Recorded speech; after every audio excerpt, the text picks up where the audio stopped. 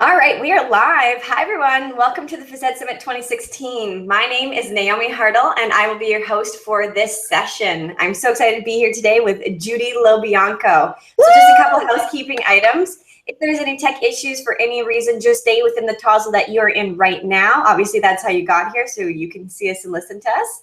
And stay there. We'll put a new link in there. Shouldn't happen, but sometimes it does, so we just deal with it as we go, and we'll move through it. Make sure you follow hashtag Phys Ed Summit on Twitter if you are on Twitter. If not, don't worry about it. Stay in that chat function. And this is where you want to be for the rest of the 50 minutes here. After the summit, we will provide a feedback survey for you. So if you do want that certificate of attendance, you can just fill out that survey and you will be able to add all the information in from all the different sessions that you attended. Get one certificate that says you attended these sessions and here's how many hours you got.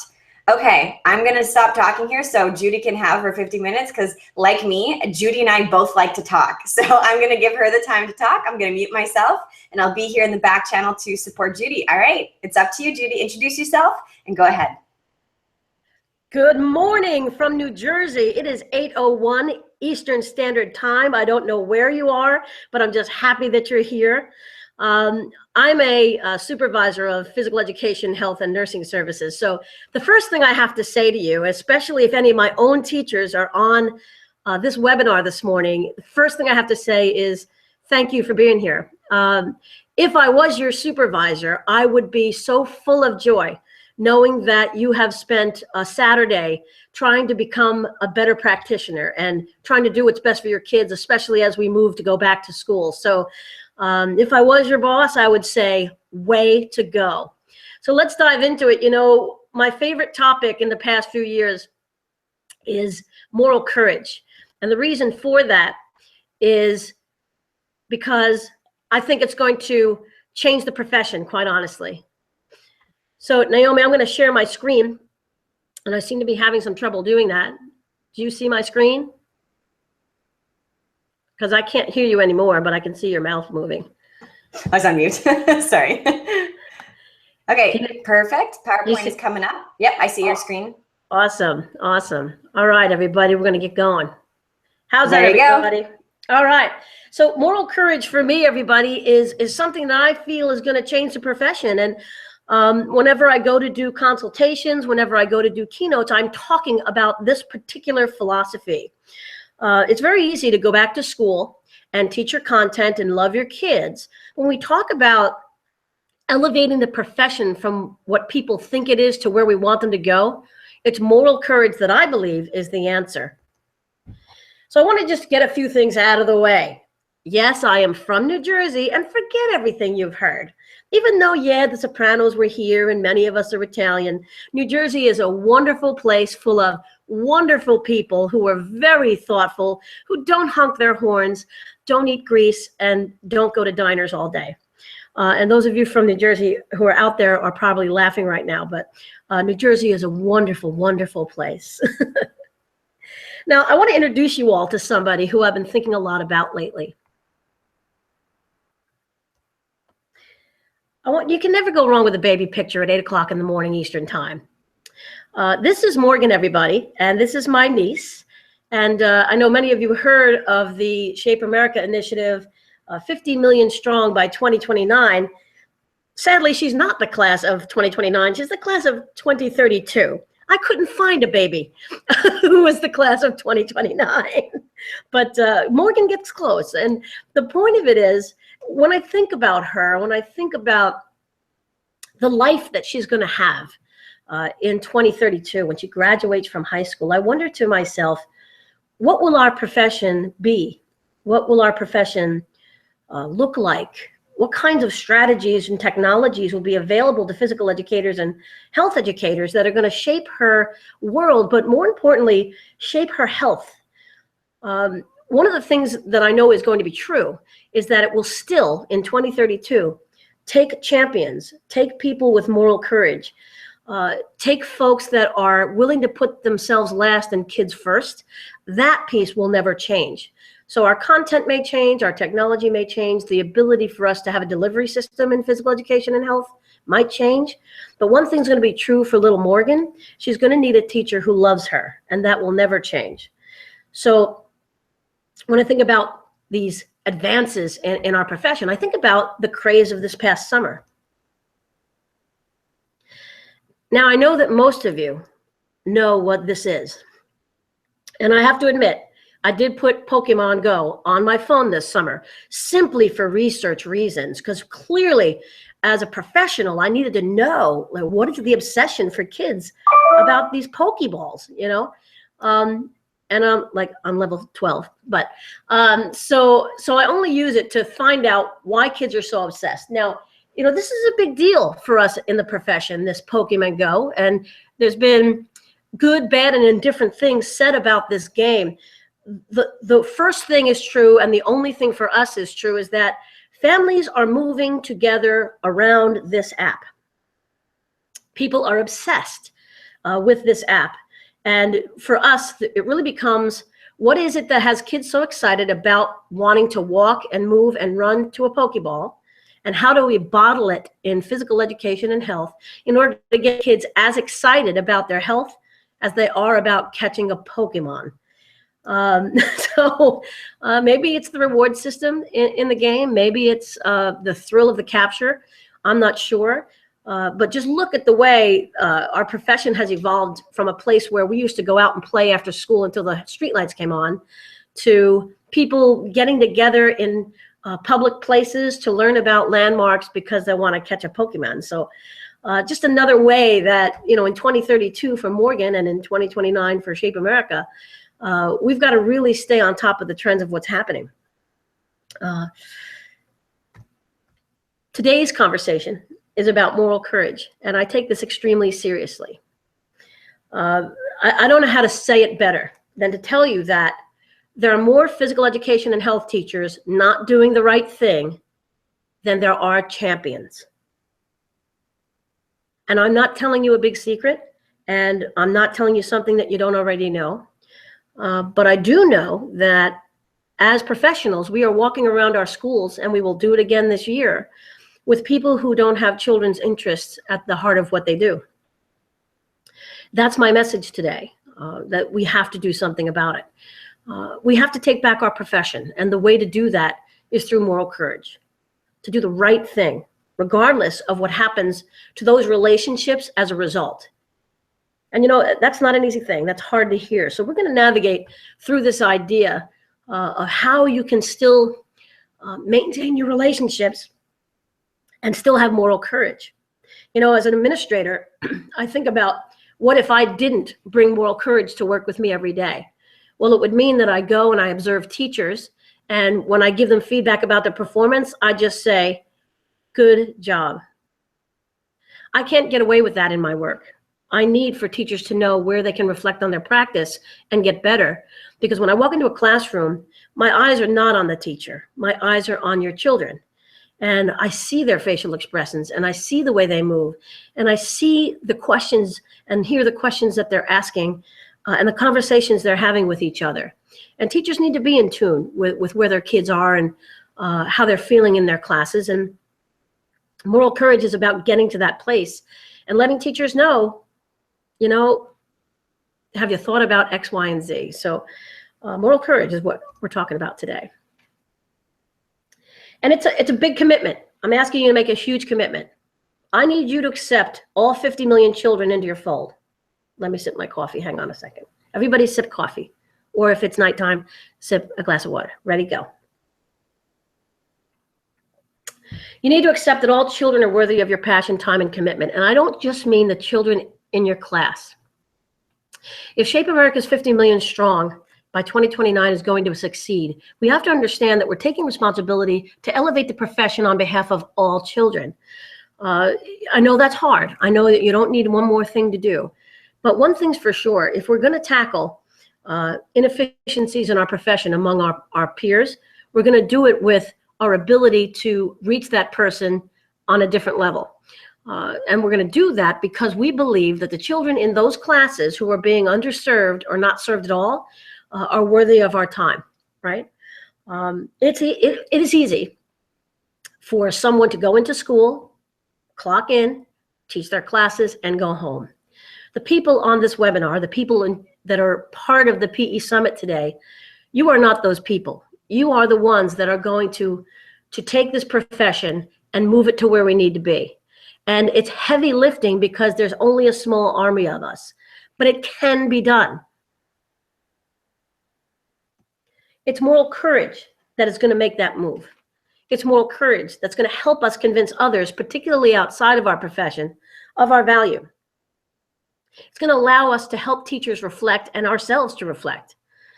And we need to be able to act ethically on behalf of not just the students in our class, but on behalf of all children. All children are yours. So when we think about the majority of concerns that you have in your program, loss of funding, lack of support from your principal, classroom teachers who still treat you like you're a prep.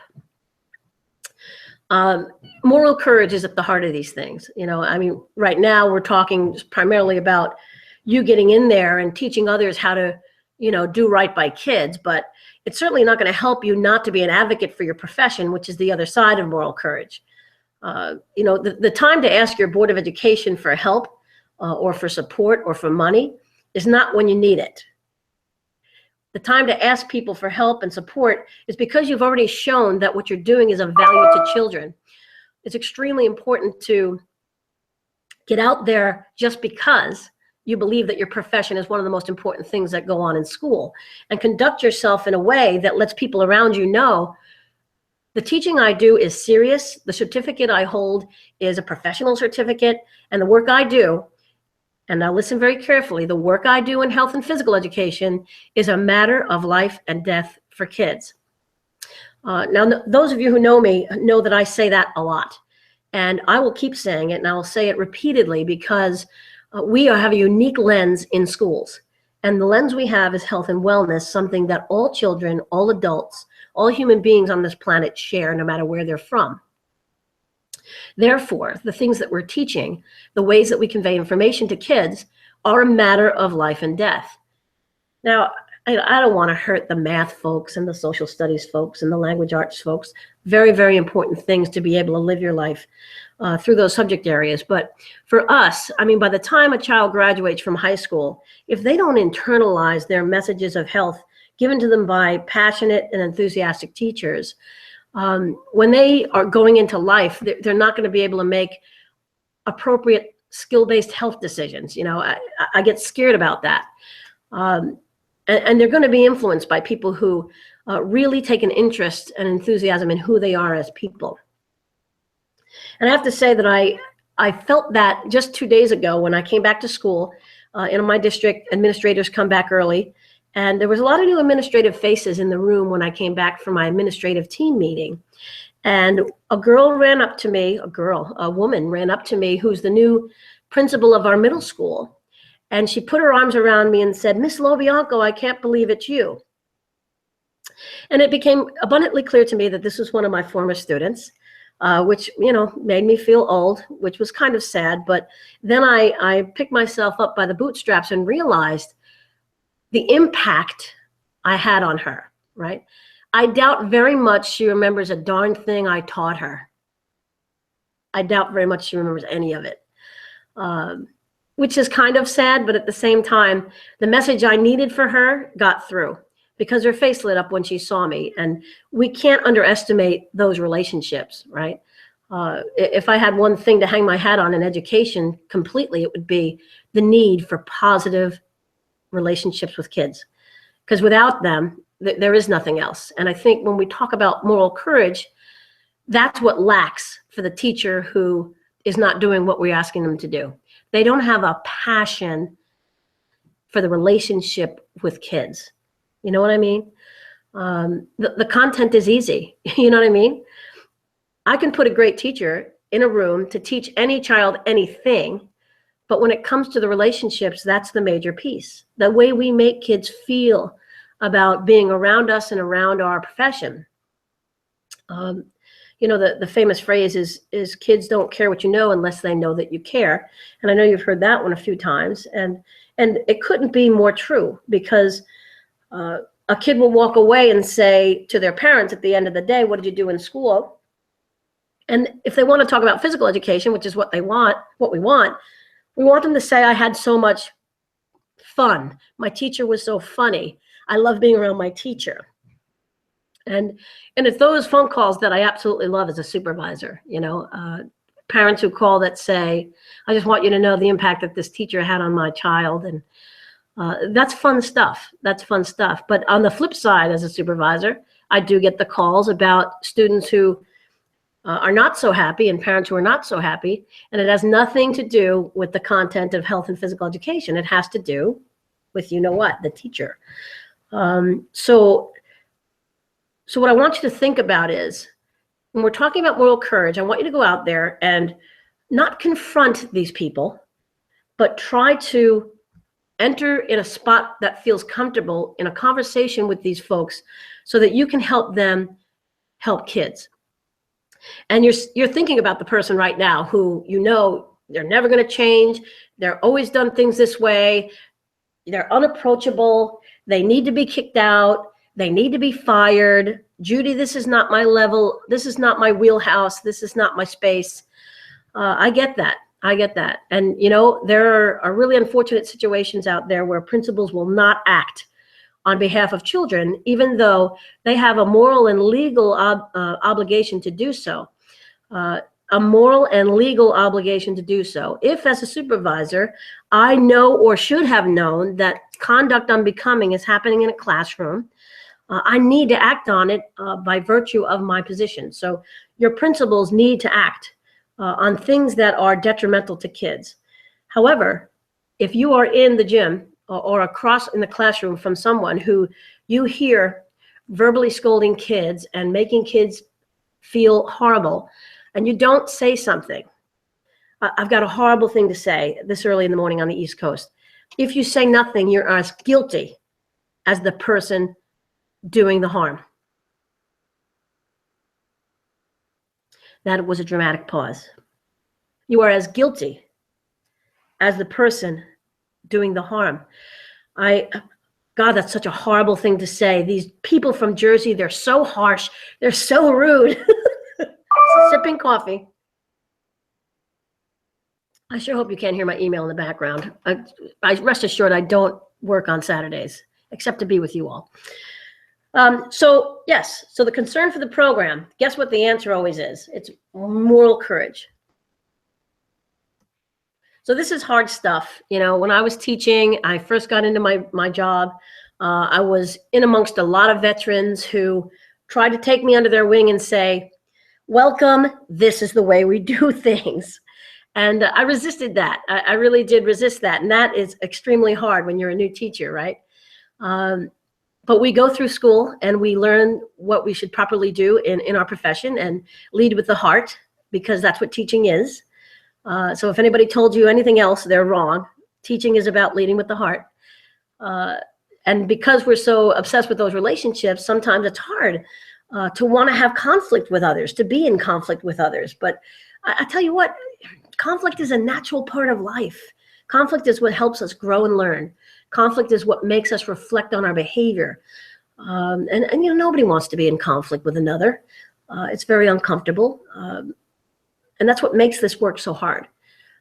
It takes a lot of time and emotion to have to navigate around having to tell somebody, in no uncertain terms, what you're doing is hurting kids. So let me try to find a soft way to tell you that this can't go on anymore because it's breaking my heart to have your students come to me and say that they feel horrible in your class. Like, we can't have that go on this year. All across the country and across the world, if I could have one wish, it would be for children not to feel unsafe emotionally, socially, and physically in their phys ed class. I'm closing my eyes and wishing that for myself right now. And it's moral courage. It's you. You're the ones that are going to help me get there. I can't do this by myself. And challenging the status quo is what we're going to need to do.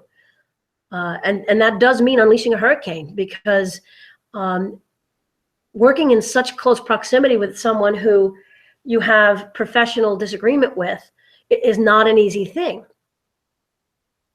But I have to tell you, you're probably not best friends with this person who's maybe hurting kids anyway.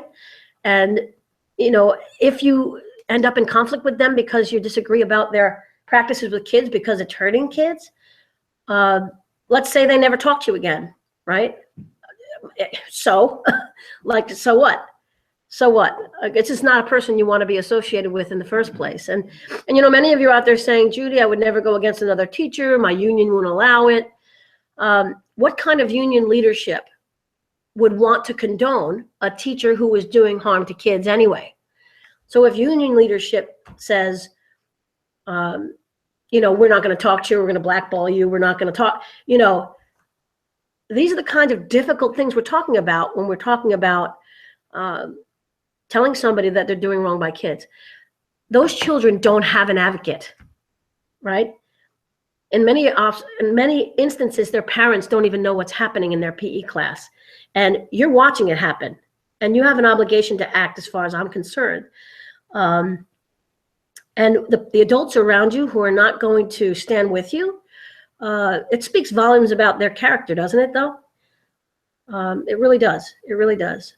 If you so simply want to go to your principal and say, I saw something in this classroom today that I wanted to make you aware of, and make sure the principal follows up and, own it. I say own it. Don't, tuck in the shadows and say, don't tell you didn't hear this from me, but no, I say own it.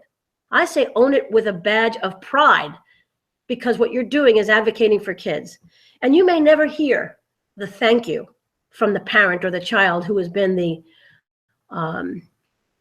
ridiculed by a teacher. You may never get the satisfaction of knowing that you've done that from the child themselves, but inside you'll know. Because this is about your journey and your ability to elevate the profession. And I'm putting on your shoulders something very big and something very significant. And I get that. And if I wasn't willing to do it myself, then I wouldn't be asking you to.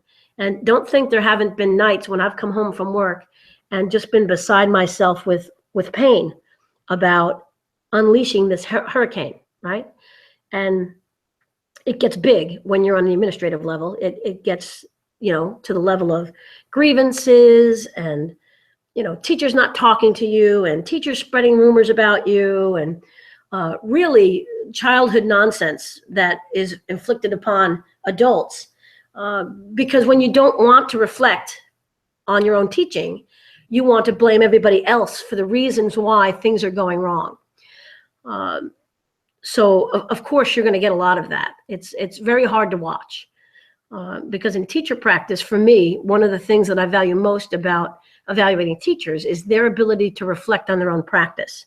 And if teachers cannot do that, they've completely cut themselves off from being able to teach and to learn on behalf of kids. And it means that they're going to teach that 1 year and repeat it like 25 times and say they have 26 years of experience when they really only have one that's repeated 25 times, So that's a real problem. So I hope that's helpful. And you're probably shaking your heads right now going, she's nuts. There is no way I'm going back to school. It's supposed to be a very happy time. Everybody's excited to be back. And I'm not starting this on the first day of school. I get it. So let's talk some more. I know you're all on the right track. Will Rogers says that even if you're on the right track, you'll get run over if you're just sitting there. Your ability to move, to elevate, to converse with these teachers, to do simple things. Let's say that you're in the gymnasium and on the other side of the gymnasium, this teacher is, got their kids in relay lines or is playing tug of war or is beating kids in the head with a dodgeball. It doesn't sound like this. Hey, what are you doing? It may sound like, I just came back from this fantastic conference and we saw this session on kind of what you were doing in your class the other day. And I thought maybe I would share it because it was a really good way of getting kids to do whatever. Do you want to co-teach today so that our kids can be together and I can show you how to do this? in my experience, horrible, lazy teachers will take every opportunity to co-teach because it means they don't have to do anything. And at the very least on that day, kids in their class are experiencing the real physical education and may even want to be part of the real physical education, and then pressure that horrible teacher to act in ways and activities that make them feel valued and part of a class. So if you're standing there watching the train go by and you know that the train is going to be a wreck, if you know the train is going to be a wreck, then that's on you. That's on you. It may be, you get your journal, your Joford from Shape America. I just got mine from August of 2016. I saw a great middle school article in there. And I'm going to share that when I go back, my first department meeting for middle school, and I'm going to share the article and we're going to read it about physical education and physical activity in middle school. So these resources are very important, and they anchor you in knowledge that can help. You know what I mean? And all you can do is reach out and know that you've tried to have the moral courage to at least do something to help that person change their practice, right? All I'm doing is asking you to try. And it's necessary. We have to do it. Because again, if you're doing nothing, then you're guilty. As guilty as the person who is hurting kids. And we have to protect kids. We have to protect the profession. And we have to be able to understand that if we are in the presence of an incident whereby a student is ridiculed or embarrassed, especially if they come to you, it breaks my heart to know you'll do nothing. It really does. And I'll tell you what, we just spent 2 days in South Orange Maplewood, 2 days with administrators. And, advocacy is very big for me. And, you can't be someone who, is using moral courage and be shy. And one thing I am not is shy. So we're sitting in a big circle. All the administrators are there, lots of new faces. And the superintendent, much to my delight, says, we're going to go around, tell people who we are, what we do, and how long we've been in the district. So, people are going around and they're answering the normal way. Hi, my name is this. I do this. I've been in the district this long. And then it gets to me. And I said, hi, I'm Judy LoBianco, Supervisor of Health, Physical Education, and Nursing Services. In fact, the world's most successful health and physical education program. And, it gets people remembering you and makes them laugh and all. But now the fun part is that I get to prove it, right? With all these supervisors and principals, I get to prove it. So that's one little way that we do that. And it's interesting because when you go to build relationships, that's what you do. And you try to engage people from your perspective because moral courage is not just with those who are not doing what's right in our profession, but moral courage is with classroom teachers who are dropping their kids off too early in the elementary level or, coming too late to pick them up, right? My poor elementary teachers, if any of them are on this webinar, they know that if I'm observing them and their classroom teacher comes to pick up their kids late, I'm at the door with my arms folded with this horrible look on my face like, hello, what we do is as important as what you do. It's just so funny. And I say to the teacher, how often does this happen? And my physical educators are like, Judy, don't say anything. Judy, don't say anything. Don't ruin my relationship with this classroom teacher. Don't say anything. But I tell you what, you can't be shy when it comes to this because classroom teachers need to understand, principals need to understand, superintendents and boards of education need to understand that the work we're doing is a matter of life and death for kids. We have to be out there all the time, giving of ourselves, giving of our time, making sure that people know that we mean business, right? And this profession is about its people, not so much about the content. And I'm not saying that you're not going to hear some fantastic things about content today. But what I will say is that that content is wrapped in our beliefs. And our belief system really drives what it is we're doing in the profession. Our belief system is seen and heard and internalized by the people around us, our kids, our parent community, our classroom teachers, our colleagues, our administrators. I don't have any special magical powers or knowledge with the way I conduct my program in South Orange Maplewood.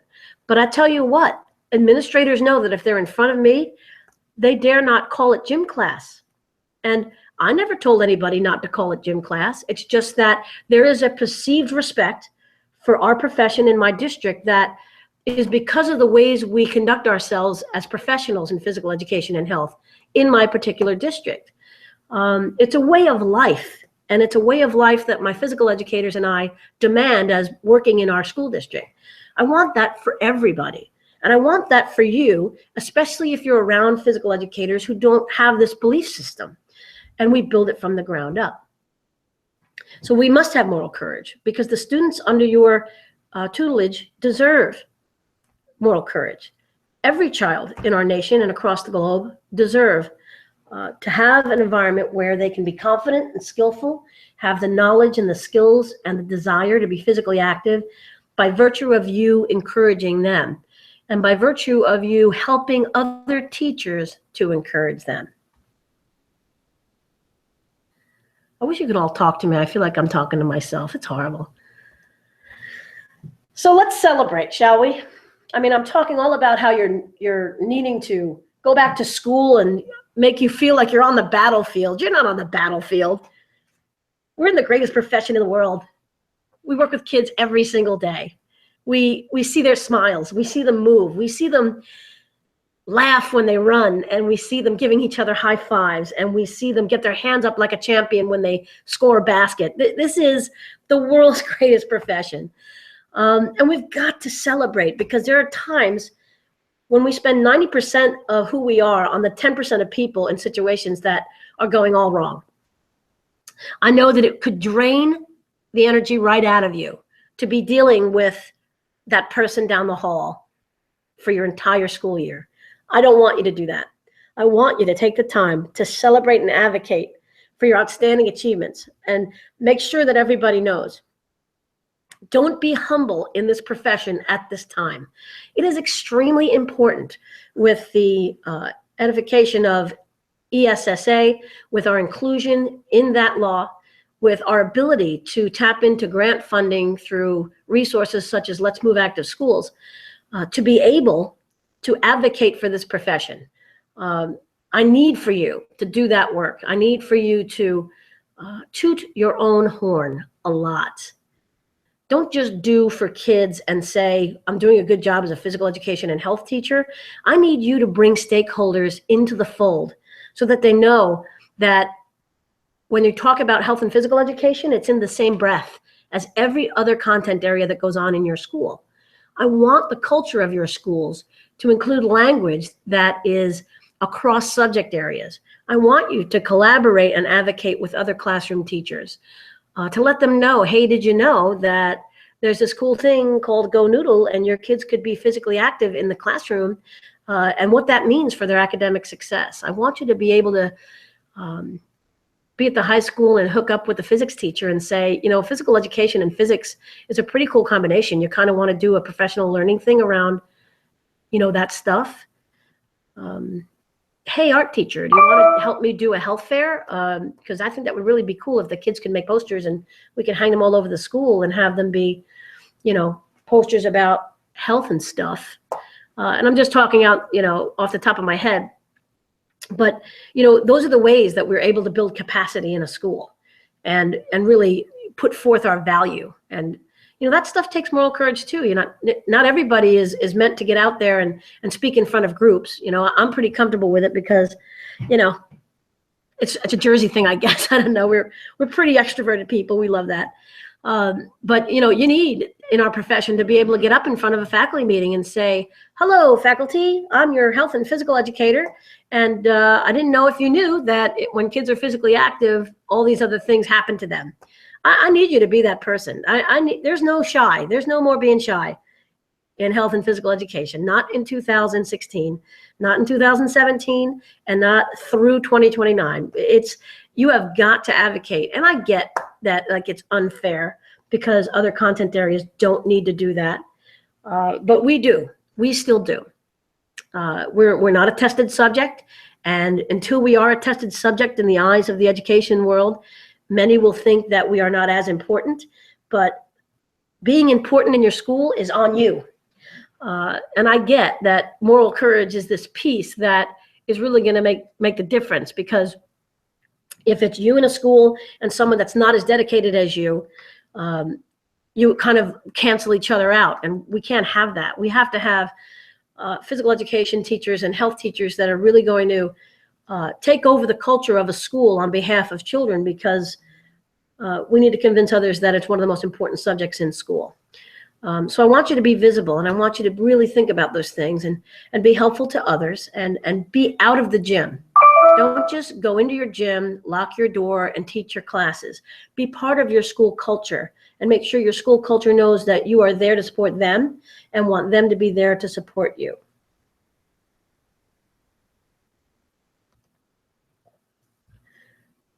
So what we're really deciding here is that everything that flows from you in a school and in your teaching is about your beliefs. If you truly believe that health and physical education is one of the most important things that happens to a child in their day, then everything else that comes out of you is going to exemplify that. If there's teachers out there that believe that they just want to collect a paycheck, that they have the easiest job in the world because they roll out a ball every day and they get to play at work, that's detrimental to us, right? That's detrimental to us. And, you know, I'm going to be harsh here. Let's flip over to health. If there are teachers out there who truly believe that a 3-day-long video without any cognitive processing is the way to teach health, then we're in trouble in health education. But on the flip side, if there are health educators out there that believe that health education will save children's lives, now we're on to something. And the gamut of beliefs are out there, not only in health and physical education, but in every content area, you know. And for teachers, I think it's a horrifying reality, because for teachers, we're in charge of young lives and we have authority over them. And what we say can be, can be construed as truth. And when we say the wrong things, that can also be construed as truth. And I kind of liken us to doctors, you know. When I go to the doctor, I expect my doctor to be on the top of his or her profession, always seeking knowledge and always knowing what to do to keep me healthy. I want to believe that doctors, all of them, do that. And I think for parents, they want to assume that all of their teachers for their children believe the same thing. So that's really important stuff. I mean, it's all about making a difference because of your belief in your content, your belief in what your mission is for kids. And whether you know it or not, your beliefs flow out of you when people are around you. And I've had great occasion to meet hundreds and hundreds and hundreds of professionals in my 25-year career at conferences and at, workshops. And I know that you're all out there. And when you put a group of champions in a room, it's crazy. Like, strangers become your best friend and your lifelong friend in an instant. That's powerful. And it's all because we share the same belief. It's a lot harder to go back to school and be with people who don't share your belief. And moral courage is about you advocating for that belief.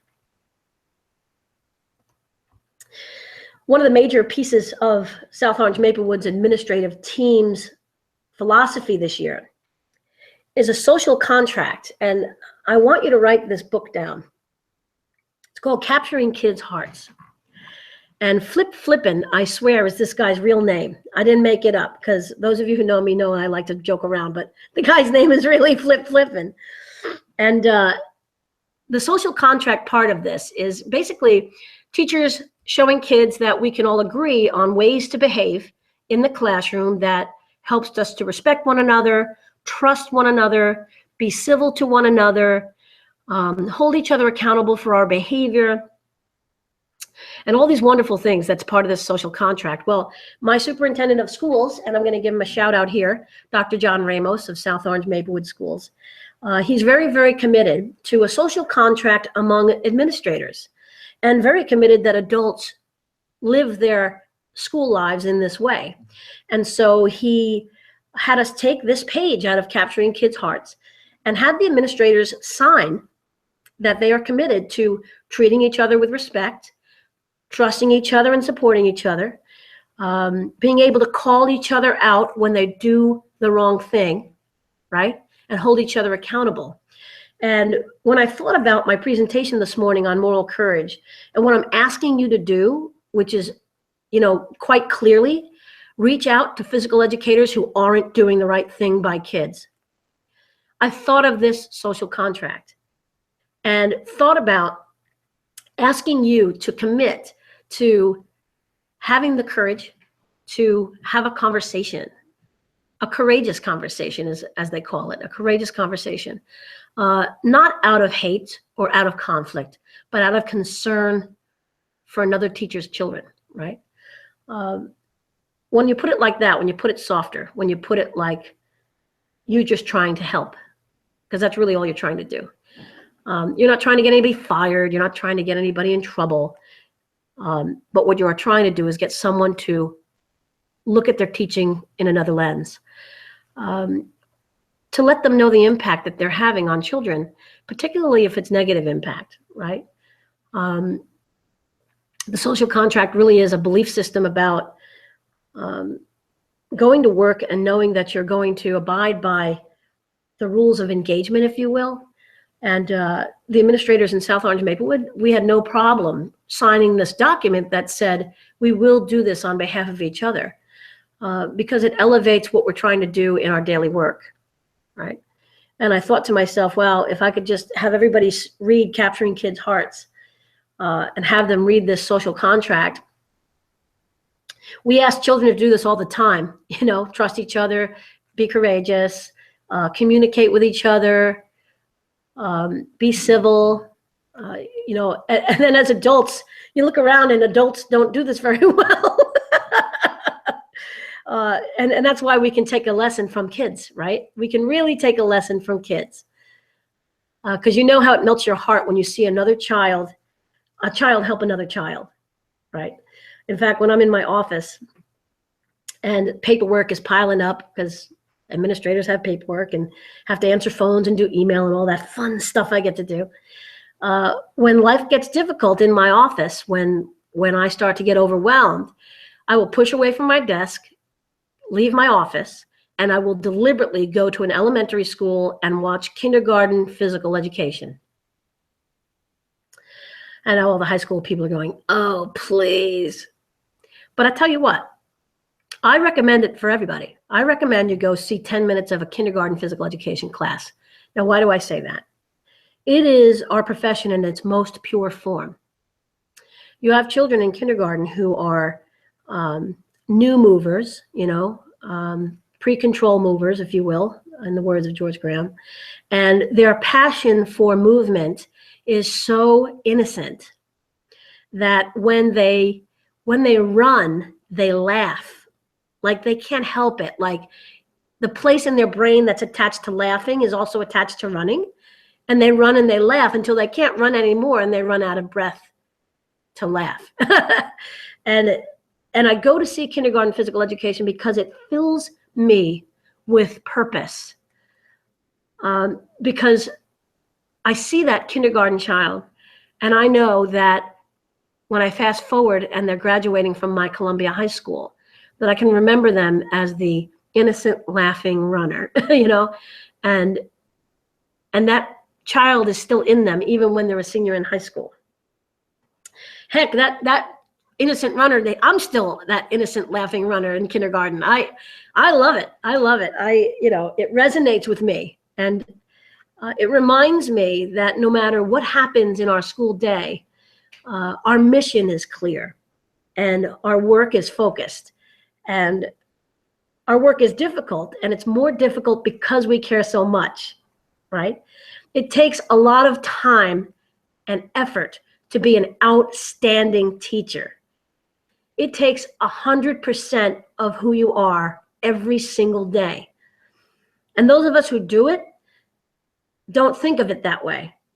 We're just living to our truth and saying, this is my belief, and this is what I'm giving because this is what I believe in. So it's just it resonates with me, a kindergarten physical education class, because It couldn't be more simple than remembering why you're here, remembering why you're here. So capturing kids' hearts, a social contract, is really cool.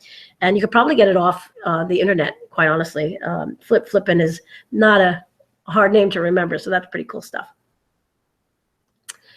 So what I'm really asking you to do today is think about what's really important, and then have the courage to build your life around that answer. And at school, it's think about what's important and have the courage to build your school life around that answer. I'm sorry about that email. I don't know why it keeps happening, but this can't be a perfect recording. I mean, really.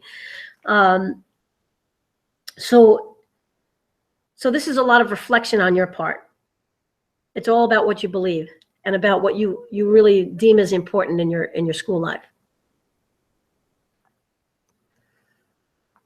And again, you have to act. The moment is now. If 50 million children are going to be strong by 2029, I don't just mean your kids on your roster. And you'll be guilty of the good you don't do if you don't act now. When you think to yourself, why isn't every physical education teacher a member of their professional association, state or national? There's a reason for that. Maybe they don't have the money to do it. Maybe they don't have the desire to do it. But it sure does if you're like me, associated with both of my professional organizations, state and national. It certainly does plug you into a heck of a lot of resources and networking. I'm so thankful for the people that I've met, particularly the Physedagogy team, who, thank you very much, all of you, for what you're doing today, giving of yourselves and of your time for all of us. You've got to act. You've got to act. And when you don't, you are guilty. And that's a strong, harsh thing to say, but Voltaire makes a very great point, right? Makes a great point.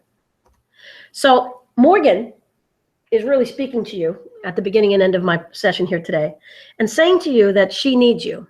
She needs for you to be there when she enters kindergarten and when she graduates from high school in 2032 and every moment in between. Because you know for sure that her Aunt Judy is going to be asking her every single day, what did you do in health and physical education today? What did you do in health and physical education today? And she's looking at you now and she's saying, are you going to have moral courage for me? Are you going to care about me? Are you going to care about me even though I might not be in your class? Very, very important stuff. So I want to just end with thanking all of you for what you're doing in your schools.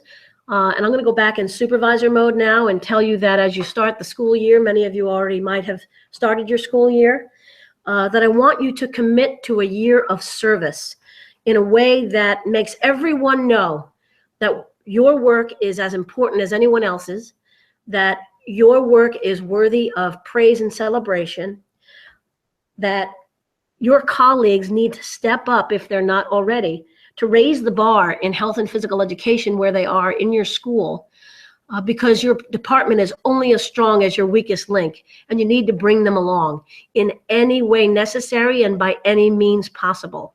So if I was your supervisor today, again, I want to thank you for being part of my session this morning and for participating, presumably, in a lot of the other PE Summit sessions today. I wish for you a healthy and happy and wonderful, productive school year. And thank you all so much for what you're doing.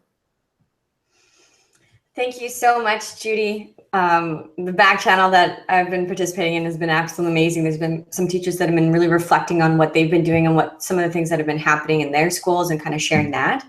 So, I mean, what you've been saying is it's a great, I posted on Twitter, I said, you're getting us to reflect early on in the Phys Ed Summit, and this is perfect. What a great way to start out the Phys Ed Summit, with motivating people to stand up for what we believe in and really making sure that we're doing what's best for kids. So I just want to say thank you for taking your time to share your message with us. And I know in America here, the motto, or I don't even know if it's a motto, it's right, our belief system, 50 million strong, because that's how many kids we have taking health and physical education. That's how many kids we have. In other countries that are listening too, what's the model that you want to go with, right? How are we going to reach every single child? Make sure that every single child has that effective health and physical education program and those teachers that are really, really working for those kids. So again, thank you so much for providing us with that message. And if anybody on the back channel here has any questions for Judy, we'll stay on for about 5 more minutes and we'll get going. So Judy, what I'm going to do is I'm going to send you the link to the Tozzle just so that you can check out what folks are saying as well. So just give me a second and I'll pass that to you. Cool. Okay. So in the chat box that I have with you, check out that link and then we'll go from there. Look at that. It pops right up. Love Google Hangouts. Look at this.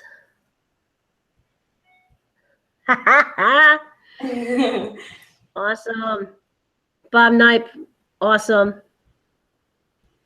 Thank you very much.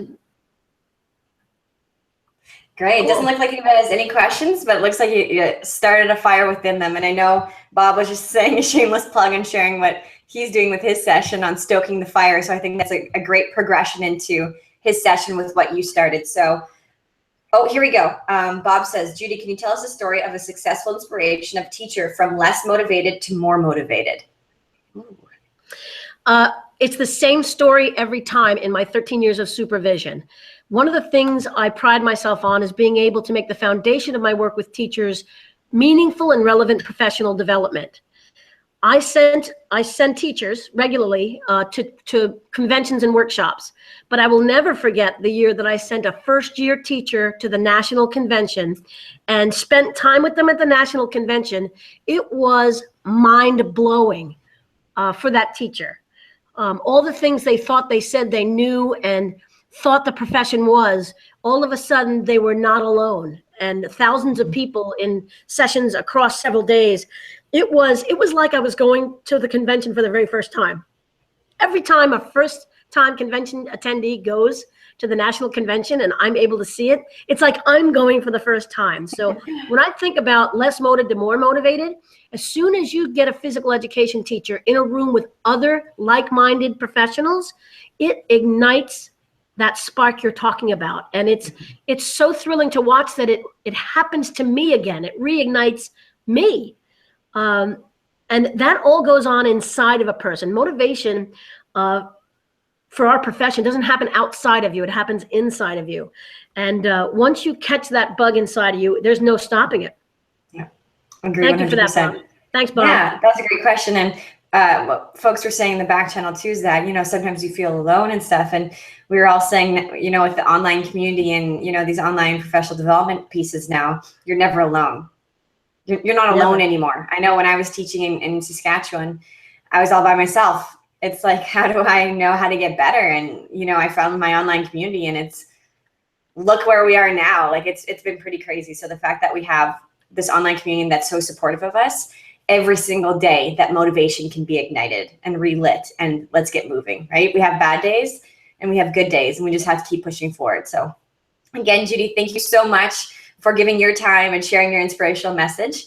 And we will jump off here and let everybody watch the next session. So join us, I guess it would be depending on where you are, in about 7 minutes for our next sessions. You can go to physedagogy.com/Phys Ed Summit /Phys Ed Summit and check out our conference program and check out the next sessions that are going on. We have 24 hours of sessions. Most hours, we have 2 hours per session. I'm making her laugh, look. 2 sessions per hour, make me mess up and everything too. Also, we have a feedback survey. Fill out that feedback survey. You will get your certificate of attendance and we'll go from there. And if you are wearing pink today, we appreciate it. We're here to support #BodhiStrong and just bring awareness to breast cancer and what is happening out there. One of our Phys Ed Summit team members, his wife was diagnosed with breast cancer this year, and we just want to show our support for him and her and their family and make sure that we are just being here and being a strong family. So saying that, thank you very much, everybody, and thank you again, Judy. Go get them, everybody. Have a good morning or night or wherever you are.